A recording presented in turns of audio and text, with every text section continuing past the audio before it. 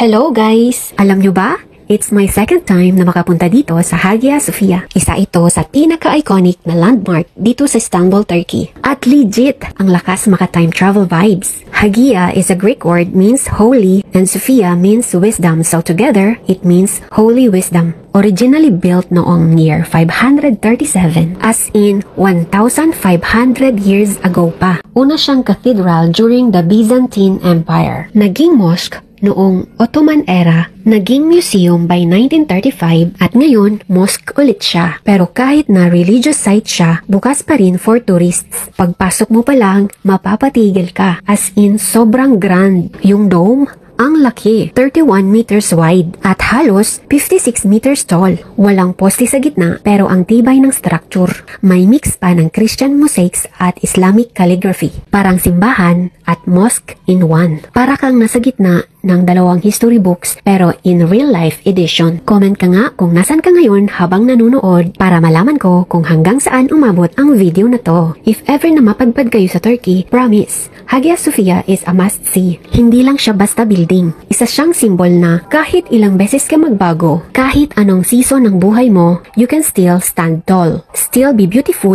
and still inspire. So kung feeling mo nasa gusot ka ngayon, don't worry, baka Hagia Sophia ka lang in progress. Thank you for watching.